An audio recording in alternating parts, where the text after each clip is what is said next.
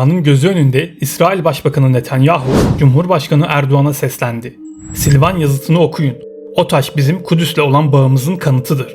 Peki Erdoğan ne cevap verdi? Kudüs Osmanlı toprağıydı. Bu taş da bizim kendi toprağımızdan geldi.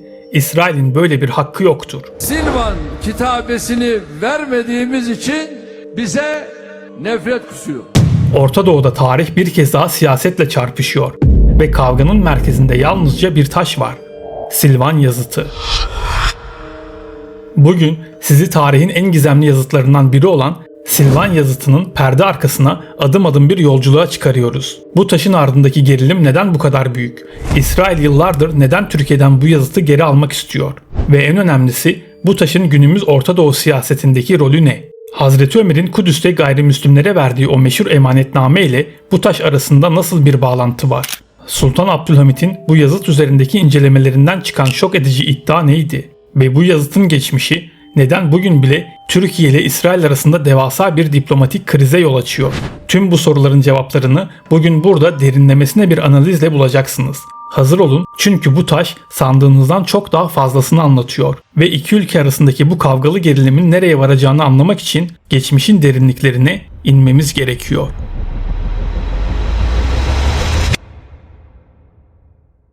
Merhaba, ben Çağrı Kılıç. Bugün size anlatacağım taş sadece 6 satırlık bir yazı değil. Bir düşünün, binlerce yıllık bir yazıt. Kudüs'ün altındaki sırlarla ahit sandığı efsaneleriyle ilişkilendiriliyor. Ve bu taş şu anda sessizce İstanbul'da duruyor. Hazırsanız gelin şimdi bu taşın perde arkasındaki sırları birlikte açalım.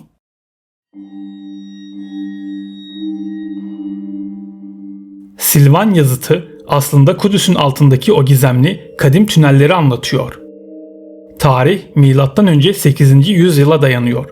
Asurların kuşatması sırasında dönemin Yahuda kralı Hezekiya şehri savunmak ve su kaynaklarını korumak için devasa bir tünel kazdırdı.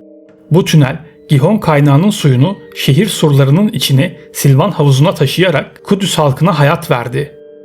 Taşın kendi üzerindeki 6 satırlık İbranice metin ise bu hayat kurtarıcı tünelin nasıl iki ekibin karanlıkta birbirine yaklaşarak buluştuğunu anlatıyor.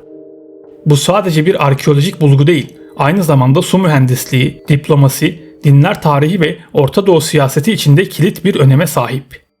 Çünkü bu yazıt, İsrail için Kudüs ile olan tarihsel ve dini bağlarını ispatlamanın en somut kanıtlarından biri olarak kabul ediliyor.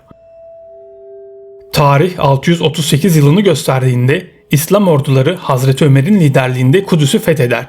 Şehrin patriği teslimiyet anlaşmasını Hazreti Ömer ile yapar. Hazreti Ömer şehre barış içinde girer ve Müslüman olmayan halka daha önce benzeri görülmemiş hoşgörü ve güvence sunan meşhur emanetnameyi verir. Bu belge Kudüs'teki farklı inanç mensuplarının, özellikle Hristiyanların ve Yahudilerin can ve mal güvenliğini, ibadet özgürlüklerini garanti altına alır. Camilere dokunulmadığı gibi kiliseler ve sinagoglar da koruma altına alınır. Bu, İslam'ın Kudüs'e getirdiği barış ve birlikte yaşama hukukunun en önemli simgelerinden biridir. Yıllar sonra modern zamanlarda bu tarihi mirasın bir yansıması olarak Kudüs Patriği Hazreti Ömer'in bu tarihi emanetnamesini sembolize eden bir tabloyu Cumhurbaşkanı Recep Tayyip Erdoğan'a hediye eder. Bu jest Kudüs'ün çok kültürlü geçmişine ve İslam'ın şehre getirdiği barış ruhuna vurgu yapıyordu.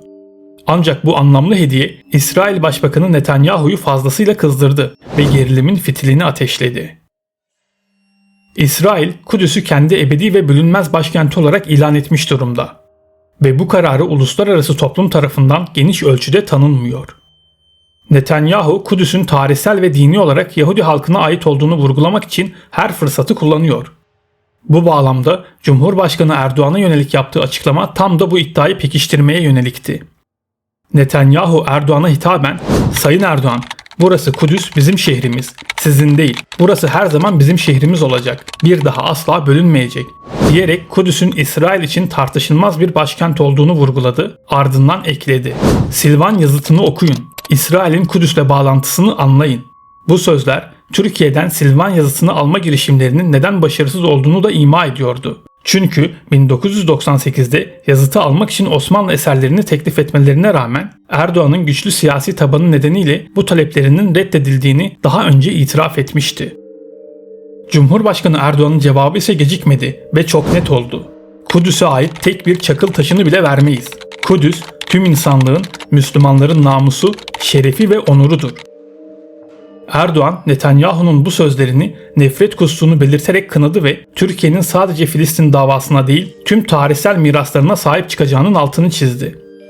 Türkiye'nin kendi oyununu kurma kudretine sahip olduğunu vurgulayarak uluslararası arenada Kudüs konusundaki duruşunu bir kez daha ortaya koydu. Bu karşılıklı atışma, Silvan yazıtının sıradan bir arkeolojik eser olmaktan çıkıp uluslararası bir siyasi sembole dönüştüğünün en açık kanıtıydı. Şimdi bu kadar gerilimin odağındaki Silvan yazıtını daha yakından tanıyalım. Yazıt adını Kudüs'ün Silvan mahallesinden alır.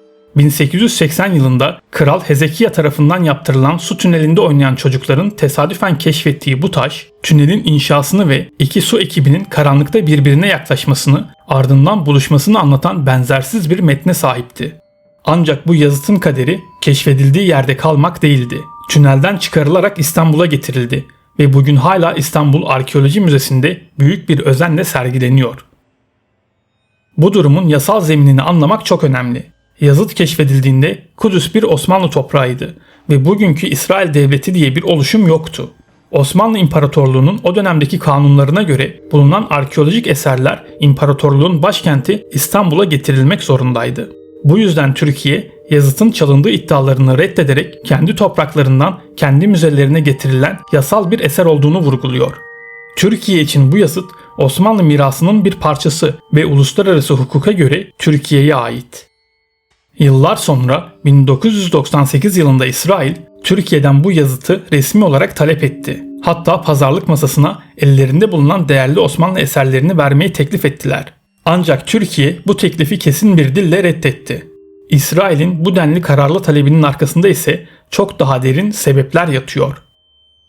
Rivayetlere göre İsrail'in Kudüs'ün altını aralıksız bir şekilde kazarak gizli bir şeyler aradığına inanılıyor.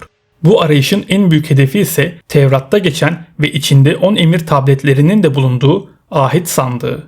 Birçok kişi bu kutsal sandığın Kudüs'ün derinliklerinde Süleyman Tapınağı'nın kalıntılarının altında, yani bugün Mescid-i Aksa'nın da bulunduğu alanın altında olduğuna inanıyor. Ve işte tam bu noktada Silvan yazıtının önemi daha da artıyor. Çünkü bu yazıt Yahudilerin Kudüs ile olan tarihsel ve dini bağlarının en güçlü kanıtlarından biri olarak görülüyor. İşte bu noktada Osmanlı Sultanı Abdülhamit'in bu taş tableti incelediği ve ardından şok edici bir iddia ortaya attığına dair güçlü rivayetler var.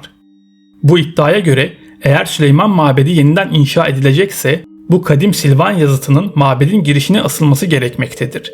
Eğer bu yapılmazsa mabedin geçersiz sayılacağı inancı yaygındır. Bu rivayet yazıtın sadece tarihi bir eser değil, aynı zamanda dini ve sembolik açıdan da nedenli kritik bir öneme sahip olduğunu gösterir.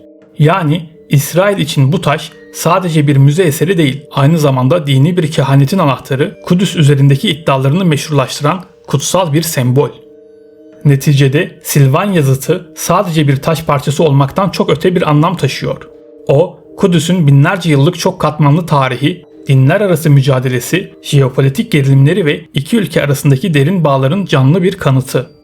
Netanyahu'nun bu taşı gündeme getirmesi ve Erdoğan'a meydan okuması, İsrail'in Kudüs üzerindeki tarihsel ve dini iddiasını pekiştirme, aynı zamanda Türkiye'nin bölgedeki etkinliğini sınırlama çabasıydı.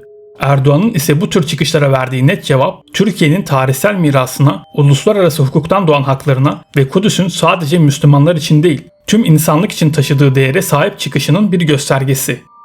Bugün Silvan yazıtı İstanbul Arkeoloji Müzesi'nde sessizce duruyor.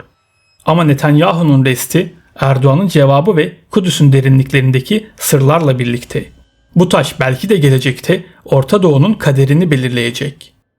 Peki sizce ne olacak? Türkiye mi bu taşı koruyacak, yoksa İsrail mi amacına ulaşacak? Yoksa taş tarihin en büyük sırlarından birini açığa mı çıkaracak? Cevabını zaman gösterecek. Bu tür videoların devamı için videomu beğenip kanalıma abone olmayı unutma. Bir sonraki videoda görüşmek üzere.